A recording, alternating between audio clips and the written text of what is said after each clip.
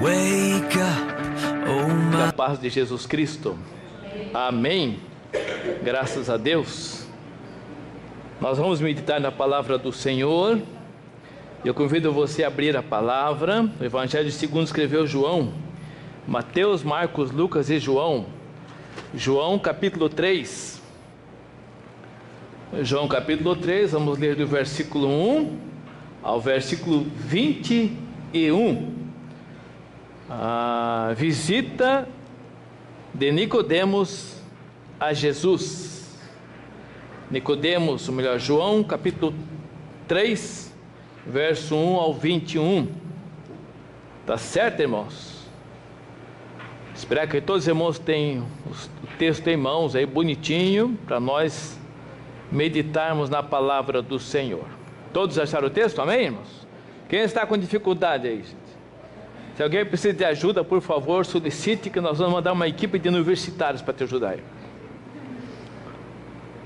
Tá certo? Coloque-se em pé, por favor, em reverência à leitura da palavra do Senhor.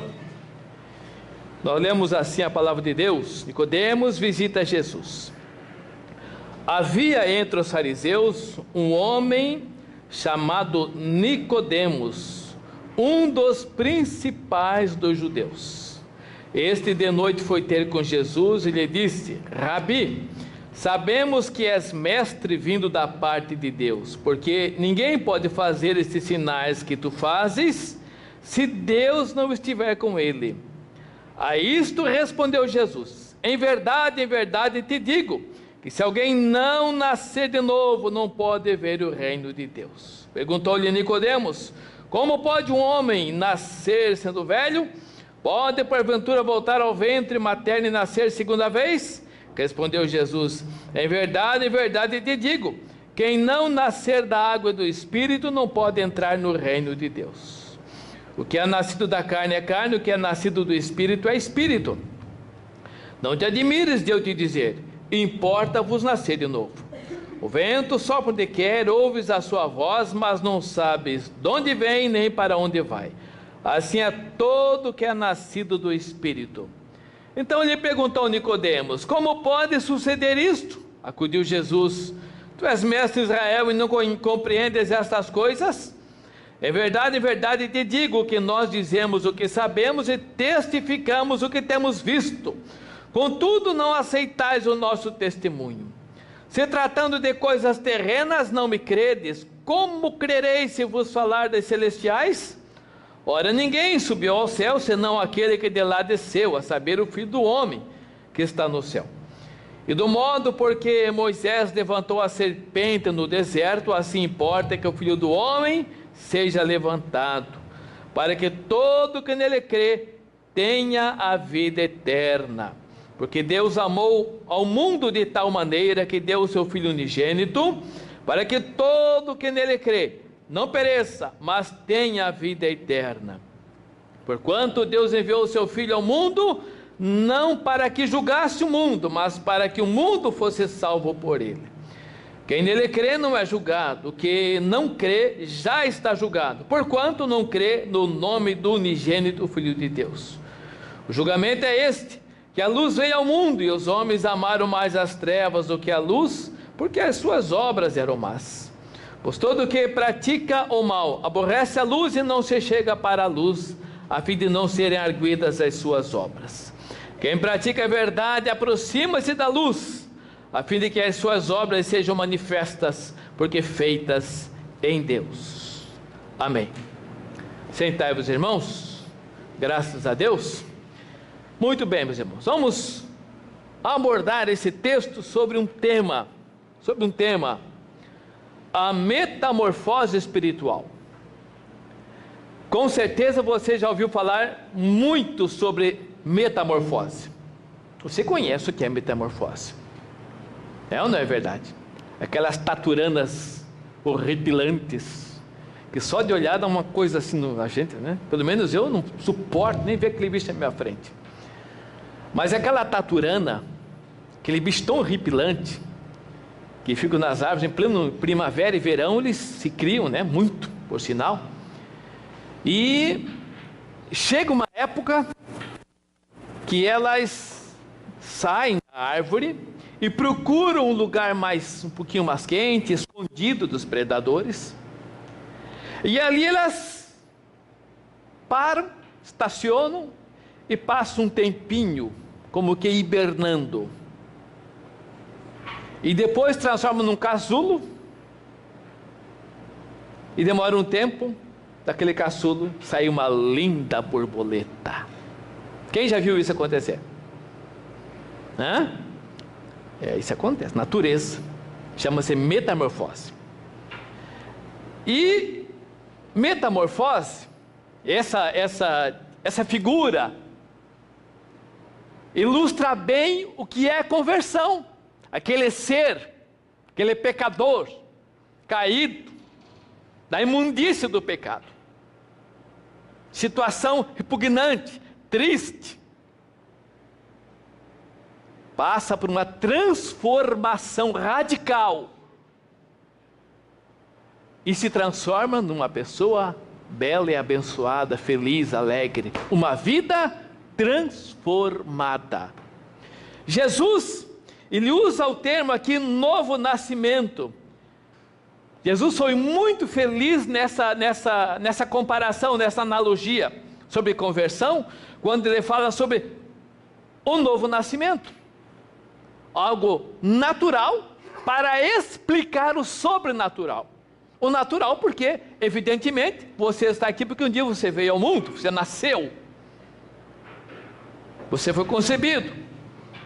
E você veio ao mundo, naturalmente falando. Mas Jesus usa esta expressão para explicar o sobrenatural. Uma obra genuína do Espírito Santo. Uma obra que não está, diríamos assim, sujeito ao contexto humano, ao esforço humano, ao querer do homem. É obra do Espírito Santo. É o novo nascimento propriamente dito. É uma obra sobrenatural, que o homem não explica. E muitos até questionam, como pode aquele sujeito que era um crápula, bandido, sem vergonha, deveria ter morrido, agora virou crente, agora anda com a Bíblia para cima e para baixo, virou santinho, e é evidentemente que ele virou santo mesmo. Virou sim, mas não virou. Jesus o transformou. Muitos até dizem, fulano virou crente. Já viram esse termo? Ou eu virei crente. Não, você não virou. Jesus transformou. Está vendo? Esse é um novo nascimento, uma obra sobrenatural. Tremenda e poderosa. Irmãos, Nicodemos, ele foi de noite ter com Jesus, sigilosamente, às escondidas. Ele era um fariseu. Havia o judaísmo, debaixo desse guarda-chuvas do judaísmo, havia os partidos religiosos, e o partido maior eram os fariseus. E esse líder dos fariseus, mestre, profundo conhecedor da palavra, um mestre, conhecia tudo do Antigo Testamento, sabia tudo de Bíblia, era um homem religioso, de um caráter ilibado, uma pessoa exemplar, era um homem de tirar o chapéu, podemos assim dizer.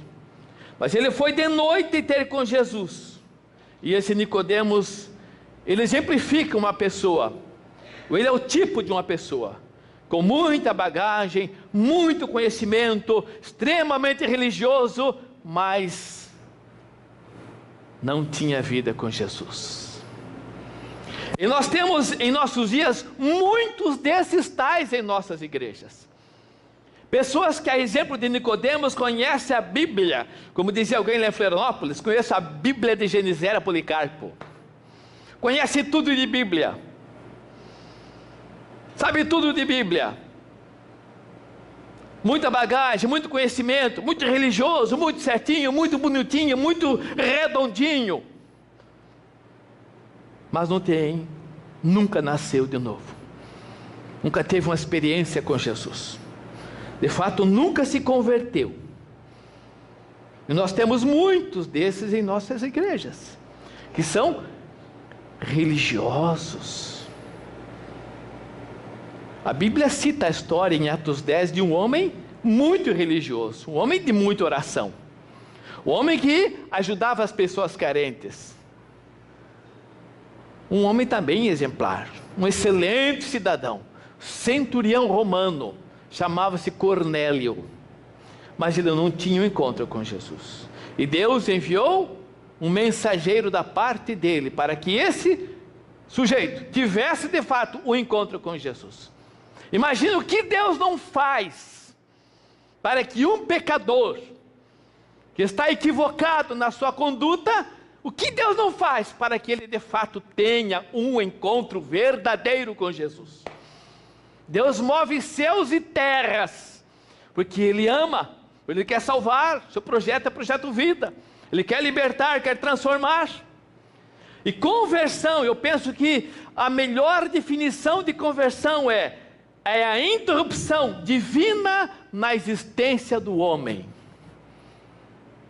Conversão é interrupção divina na existência do homem.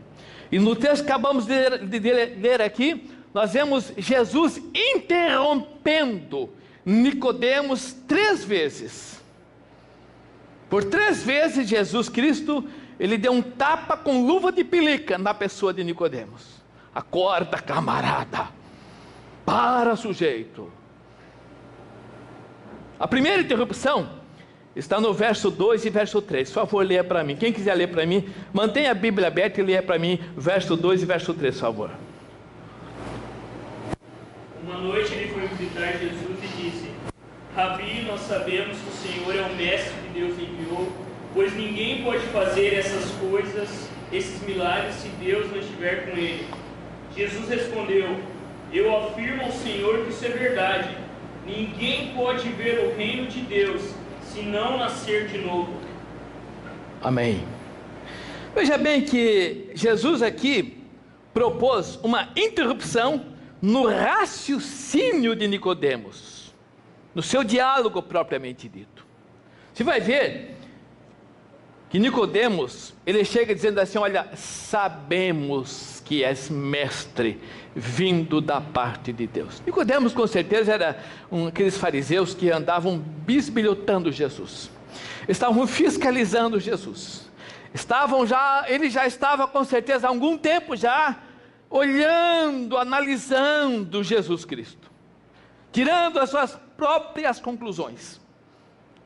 Mas o seu discurso, a sua declaração era de alguém que conhecia Jesus apenas no seu intelecto. Sabemos que és mestre vindo da parte de Deus. Sabemos, aqui apenas cabeça, no campo das ideias, eu sei tudo. Esse é um tipo de pessoa que sabe tudo de Jesus, mas não tem vida com Jesus, não tem coração, não tem conteúdo, não tem algo interiormente falando, ele é vazio. Mas ele sabe de Jesus. E esse homem declarou: sabemos que és mestre vindo da parte de Deus.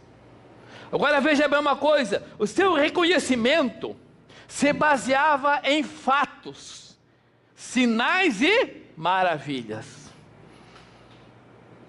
Sabemos que és mestre vindo da parte de Deus, porque ninguém pode fazer esses sinais se Deus não for com ele. Então veja bem, esse homem, ele estava assim alarmado, admirado com os sinais e maravilhas que Jesus tinha operava diante dos olhos de todo aquele público, de toda aquela sociedade. Sinais e maravilhas. Eu pergunto aqui, quem não gosta de ver sinais e maravilhas? Você gosta? Eu gosto.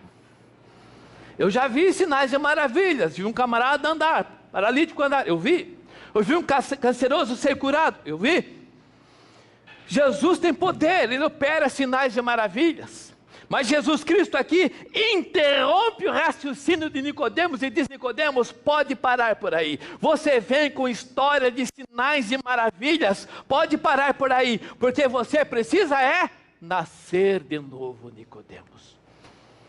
O maior sinal, a maior maravilha, poderíamos dizer assim, o maior milagre é a conversão de um sujeito, de um pecador. É a libertação de uma vida, é a transformação de uma vida. Esse é o milagre dos milagres. Você está aqui atrás admirado com sinais e maravilhas? Zé Fini, para por aí, vai te converter. Nada diferente de nossos dias. Quantos Nicodemos nós temos na igreja hoje, que correm atrás de milagres? A Bíblia diz: esses sinais seguirão os que creem. Quem crê em Jesus é seguido por sinais. Sinais vêm atrás, não vão na frente. Mas está invertido em nossos dias. Os que creem seguem sinais. Essa é a realidade em nossos dias. Há uma correria, parece um monte de formiga, aquela correição em cima de uma bolinha de açúcar. Onde tem milagre, corre para lá. Tem lá no meio do mangue, vamos para lá. Tem mosquito, não interessa, quero ver milagre. Tem milagre, vai. Então, gente, o que a pessoa precisa de fato é converter-se, é ter um encontro verdadeiro com Jesus. Sinais e maravilhas, milagres não salvam ninguém. No tempo de Jesus temos uma geração, a geração de Elias viu sinais e maravilhas endurecer os corações. No tempo de Jesus, sinais e maravilhas, o povo era endurecido com o coração. Sinais e maravilhas não convertem ninguém.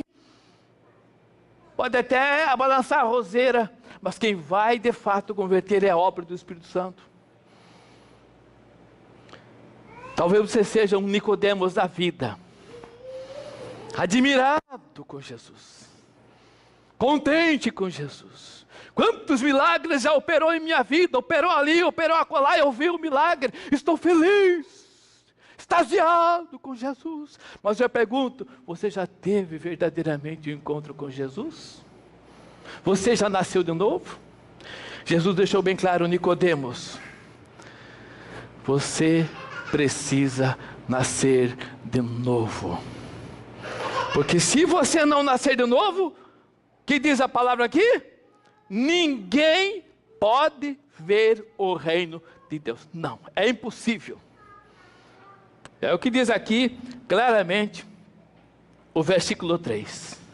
Se alguém não nascer de novo, não pode ver.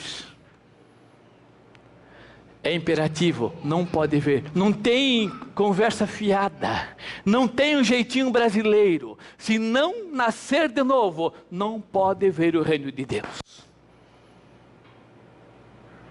Aí eu pergunto, você já nasceu de novo? Você já passou da morte para a vida? Você já teve verdadeiramente um encontro com Jesus? Ou você é o Nicodemos da vida,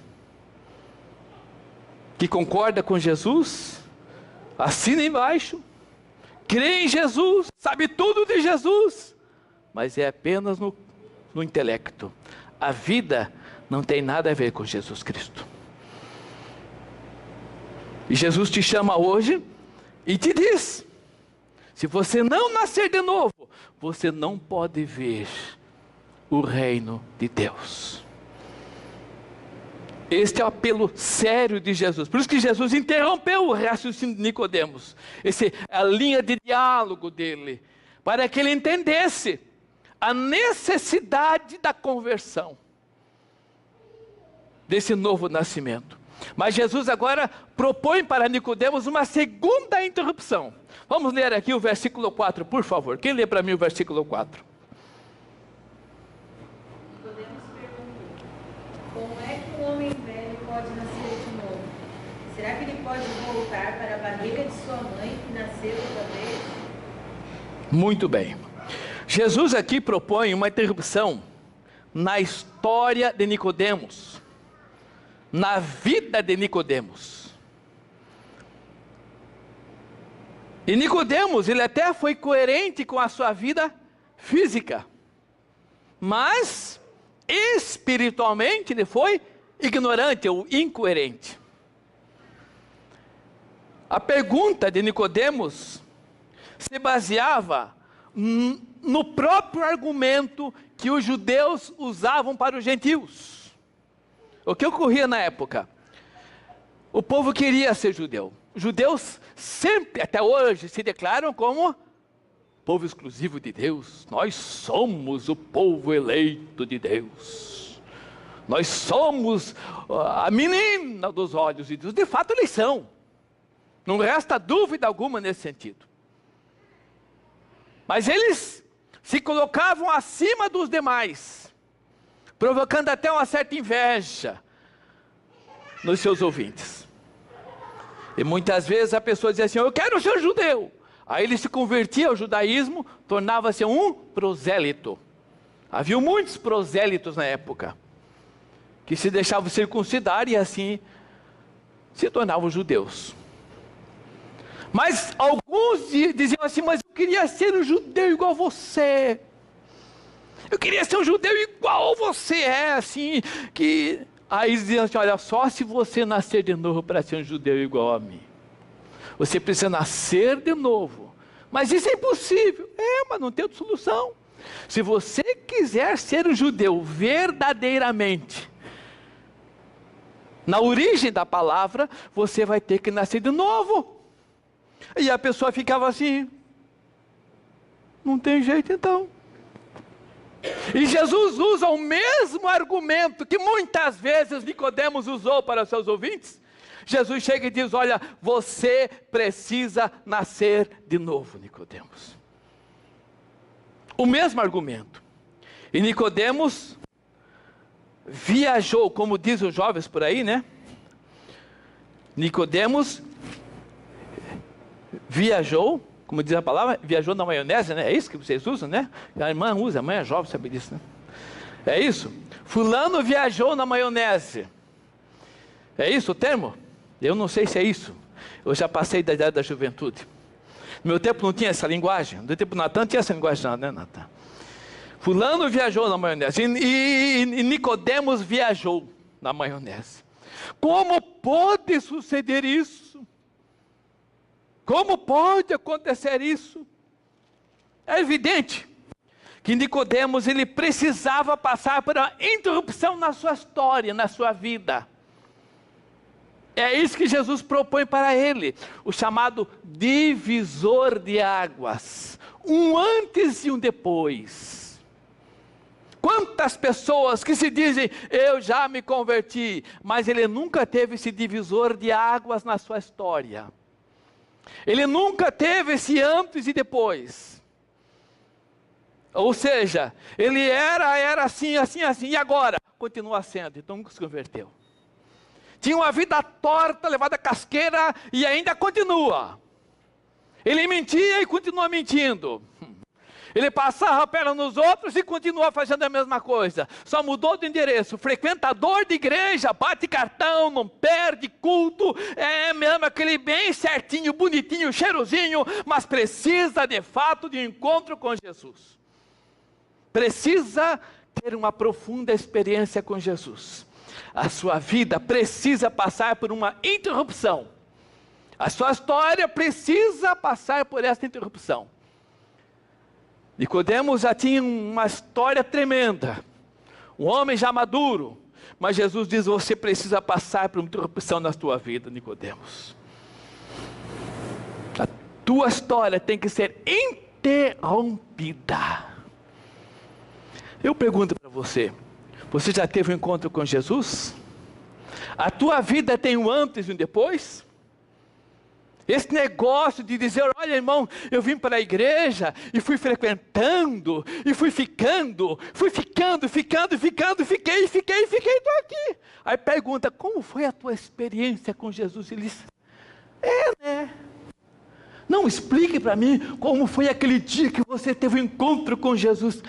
Pois é, né? O senhor sabe, né?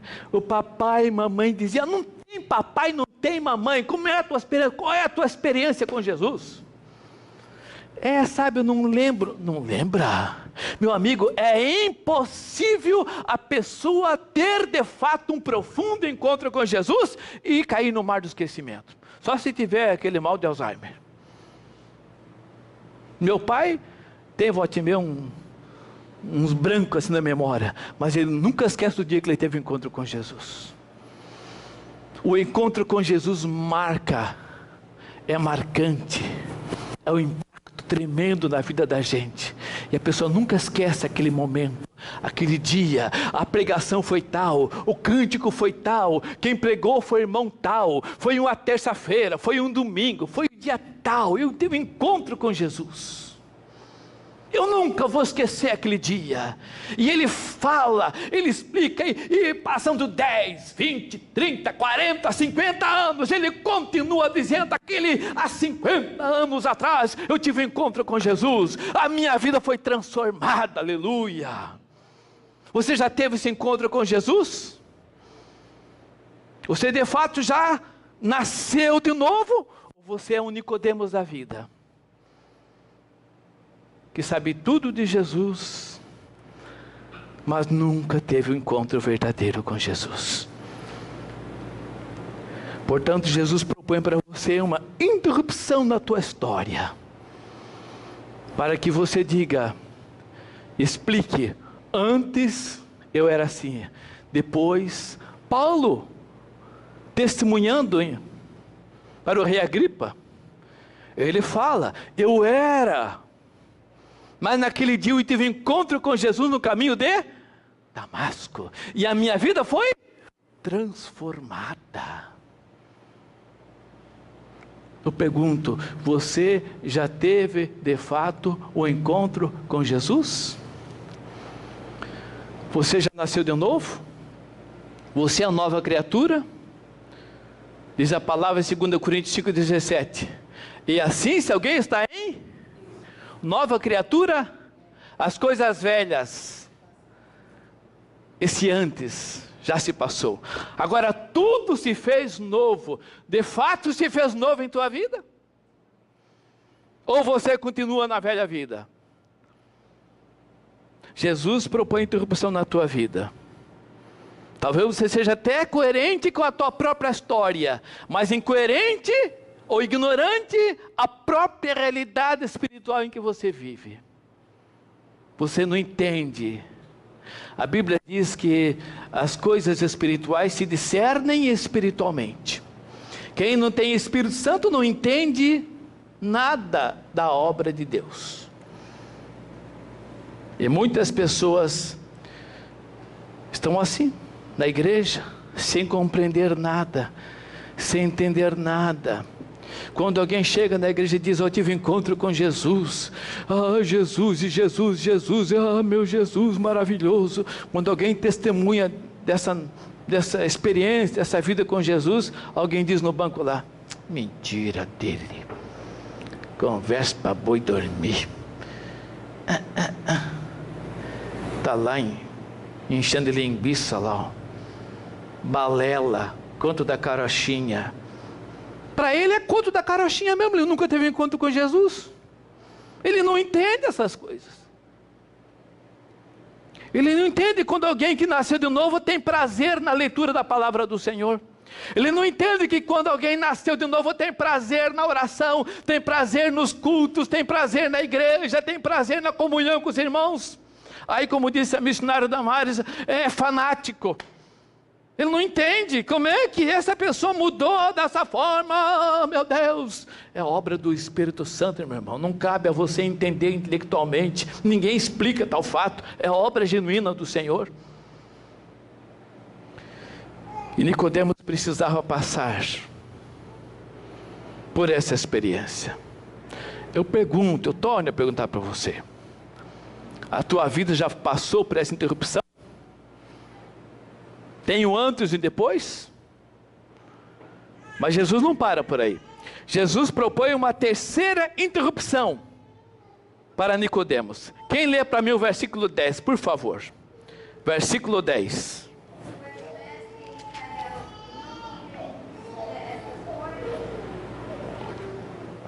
Veja bem, se Jesus propôs uma interrupção no raciocínio de Nicodemos, ele propôs uma interrupção na história, na vida de Nicodemos, e por último, ele propõe uma interrupção na religiosidade de Nicodemos, isso tratando-se de convicção espiritual. Tu és mestre. Você vai ver que Jesus, uma pessoa muito polida, você já conversou com uma pessoa que é bonita, polida, fala bem assim, bem educado? Eu tinha um professor que, nesse aspecto, ele era exímio, uma educação assim, linda. Ele começava a conversar, aquela maneira de conversar, de contornar uma situação, tremendo. Ele era sociólogo, uma pessoa tirar o chapéu. E Jesus era esse camarada assim, polido, educado. Ele chegou e falou: puxa, Nicodemos, tu és mestre em Israel, não entende essas coisas, Nicodemos. Jesus reconheceu a universidade de Nicodemos. Ele reconheceu. Você é mestre, você é professor, você conhece a Bíblia, você é um sujeito que eu tiro o chapéu para você, Nicodemos. Mas você não compreende essas coisas. Você é sincero, Nicodemos, mas errado. Sincero, mas errado. Não basta ser sincero, precisamos de sinceridade naquilo que é certo. Não adianta ser sincero, mas errado. O que resolve? Por exemplo, você pode ser muito sincero em dizer: eu vou viajar e eu quero chegar até Curitiba. Só que em vez de você subir a céu, você pega ao contrário, em direção a Florianópolis. Vai chegar aonde? Lá em Porto Alegre, aquela banda lá, né? Mas eu quero chegar em Curitiba. Então pega a estrada certa, pega o caminho certo. Você quer chegar no céu? Pega o caminho certo, o caminho é Jesus Cristo. Se quer morar com Jesus, Jesus é o caminho certo. Não adianta, eu sou sincero, mas está errado. Nicodemos era o tipo da pessoa que era sincero, mas se baseava na sua tradição. Existe tradição e convicção.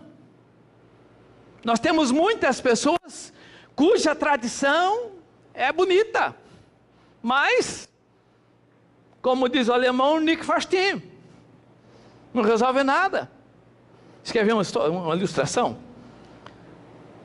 Nós temos pessoas que são católico, apostólico, romano por tradição, espírita por convicção. É ou não é verdade? Evangélico por tradição, maçom por convicção. E aí vai. Tradicionalmente é uma coisa, mas as suas convicções são outras. Nicodemos tradicionalmente era judeu, confessava a religião judaica, era um fariseu radical, firme, mas as suas convicções, infelizmente, caíam no vazio.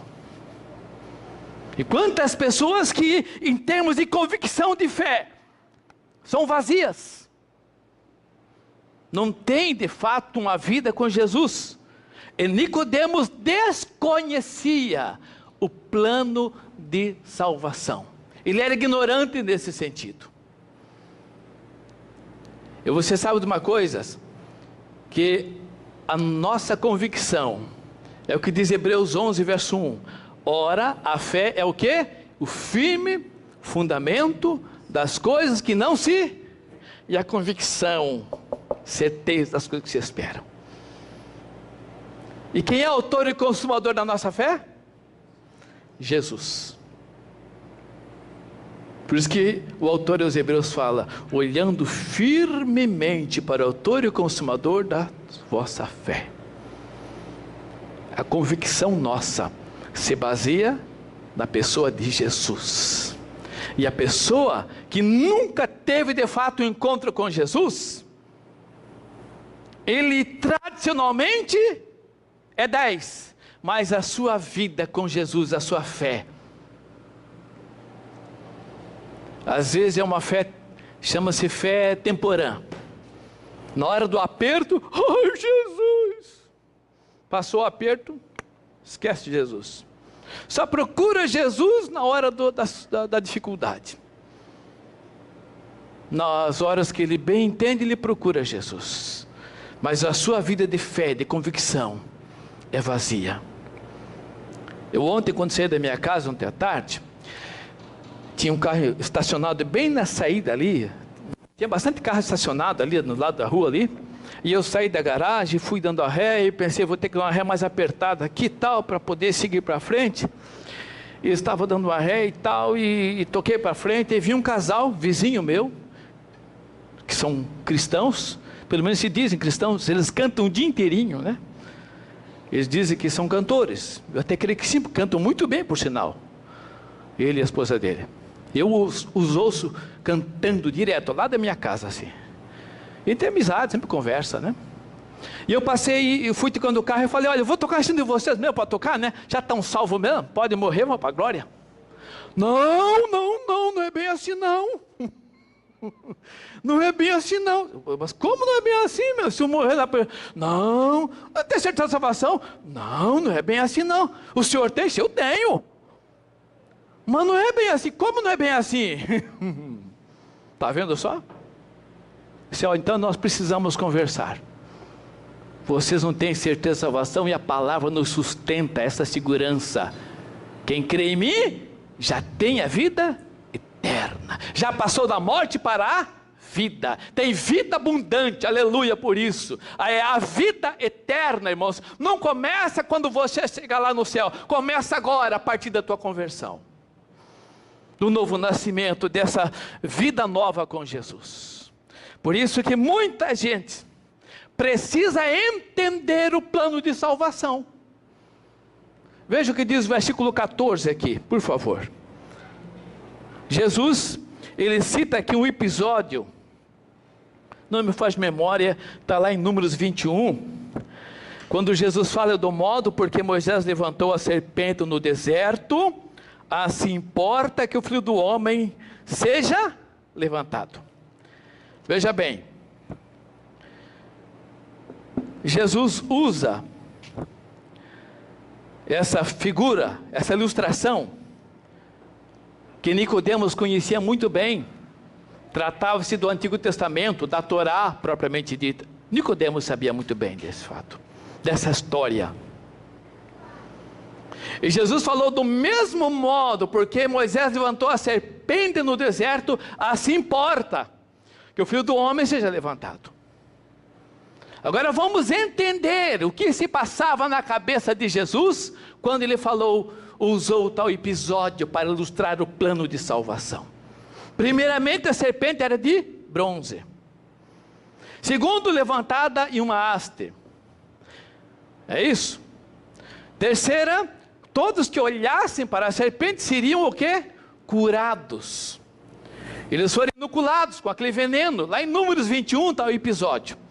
O povo murmurava contra Moisés, um povo rebelde. E Deus tratou com aquele povo. Deus mandou serpentes abrasadoras. Eram serpentes pequenas, de uma cor bem negra, preta, né? E elas picavam. E o veneno era mortal. E naquele tempo não tinha esse antídoto que nós temos hoje, né? E o povo, no deserto, desespero bateu. Moisés, faça alguma coisa, pelo amor de Deus, Moisés. Moisés foi lá, meu Deus, o que eu faço? Deus falou, ó, faz o seguinte, Moisés. Faça uma serpente igual a que estão aqui. Faça de bronze uma serpente. Coloque numa haste, erga bem alto. Quem olhar para a serpente, estiver picado, estiver morrendo, está lá ofegante, o coração já está lá agonizando, quase morrendo. Se ele olhar para a serpente, basta olhar, ele será salvo. Jesus falou: assim importa que o Filho do Homem seja levantado. Aí eu pergunto para você: as pessoas que estavam morrendo lá no deserto, elas olharam, apenas olharam para a serpente. O bronze, segundo a Bíblia, a história bíblica, a teologia, bronze significa julgamento. Por isso teria que ser uma serpente de bronze, porque bronze é julgamento. Teria que ser uma serpente igual àquelas, por quê? Porque Jesus também tornou-se pecador por nós. Assumiu como um pecador e levou sobre si toda a nossa culpa. E a haste simboliza a cruz. Era um ato profético apontando para Jesus. E Jesus falou: assim importa que o Filho do Homem seja levantado. Só Jesus Cristo cura e liberta o homem do veneno mortal do pecado. Só Jesus tem poder para tal. Isso é Evangelho. Evangelho significa dizer que o homem não pode fazer nada pela sua própria salvação. Evangelho significa dizer que o homem está caído nos delitos e pecados e ele não tem jeito, não tem saída a não ser olhar para Jesus Cristo e ser salvo, liberto e transformado. Mesmo que ele esteja morrendo, mesmo que esteja agonizando, mesmo que esteja nas últimas horas da sua existência, mas se clamar a Jesus, Jesus liberta. Por isso digo para você nesta noite: Jesus quer libertar você, tratar de você, para que você tenha convicção, seja um cristão convicto, e não apenas de tradição, mas convicto. Eu pergunto: como está a tua vida de fé com Jesus? Quando alguém diz Jesus está contigo, você crê nisso? Quando alguém diz Jesus Cristo está olhando para você, você crê nisso? Quando está escrito na palavra do Senhor: eis que estou convosco todos os dias, você crê nisso? Como está a tua caminhada com Jesus? Como está a tua vida com Jesus? Você de fato já nasceu de novo? E Jesus tratou de Nicodemos da sua religiosidade, porque não basta ser religioso, tem que ser cristão autêntico e verdadeiro. Porque religioso nós temos muito em nossos dias, gente. Está cheio de religiosidade por aí. Mas a pessoa precisa. Jesus não veio aqui apenas, ou com discurso de religião, ou fundar uma religião. Jesus não veio nem fundar o cristianismo. O cristianismo quem fundou foi o homem. Aliás, fundou e afundou. Essa é verdade. Jesus Cristo falou: eu vim aqui para edificar a minha igreja. E a minha igreja não é uma religião. A minha igreja é o corpo vivo de Deus na terra. É o corpo. É a igreja viva. Não se trata apenas de uma organização religiosa. É a igreja de Jesus Cristo, povo de Deus. Corpo de Cristo. Por isso, irmãos, que nós precisamos sair desse campo da religiosidade para termos uma vida profunda com Jesus Cristo. Concluindo, meus irmãos, diante de Jesus, toda religiosidade cai por terra. Cai por terra. Outra coisa, o que importa é ser nova criatura. Ser novo na pessoa de Jesus. Isso é importante. E outra coisa, a palavra de Deus é bem claro: aquele que nasceu de novo, está em 1 João capítulo 3. Quem de fato nasceu de novo, não vive na prática do pecado. Ele abomina o pecado. Não que ele se tornará impecável, não. Podemos ser muito espiritual. Espiritual, sim. Impecável, não. Nós chegaremos à varonilidade perfeita, seremos impecáveis lá na glória celestial. Aqui na terra estamos sujeitos a errar. Só que não temos prazer no pecado. essa nova natureza que recebemos na pessoa de Jesus, essa obra do Espírito Santo que transformou o nosso coração, isso nos deixa triste quando se fala em pecado. Pecado nos enoja. Para nós o pecado é repugnante.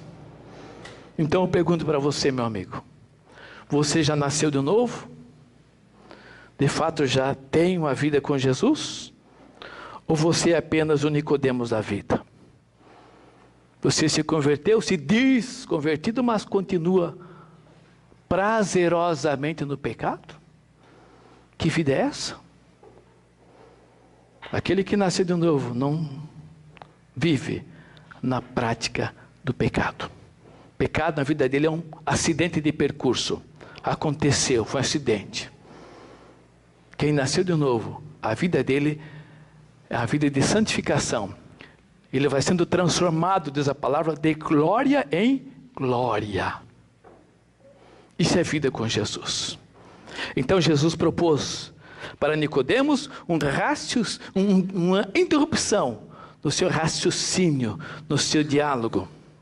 Propôs uma interrupção na sua história, na sua vida. E propôs uma interrupção na sua religiosidade, tratando-se de convicção. Por isso que Jesus Cristo fala conosco nesta noite. Você já passou da morte para a vida? Já de fato nasceu de novo? Jesus Cristo nesta noite quer transformar você numa nova criatura.